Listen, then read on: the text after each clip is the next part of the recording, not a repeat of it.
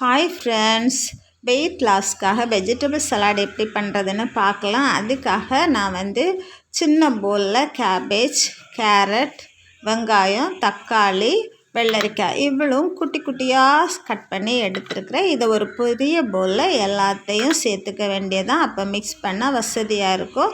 கூடவே 1 table spoon minus சேர்த்துருக்குறேன். அது கூட பெப்பர் சால்ட் சேர்க்கணும். இவ்வளோத்தையும் நல்லா மிக்ஸ் பண்ணி எடுக்கணும்.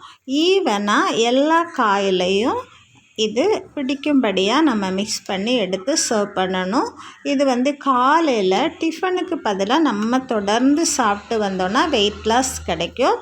இல்லைன்னா 11 o'clock ஏதோ டீ ஸ்நாக்ஸ் சாப்பிடுவோம் இல்லையா காலையில், அந்த டைமுக்கு இது ஒரு பவுல் நிறைய சாப்பிட்டோன்னா ஸ்டமக் ஃபுல்லானது மாதிரி ஒரு ஃபீலும் கிடைக்கும். நமக்கு நல்ல ஒரு வெயிட் லாஸும் கிடைக்கும்.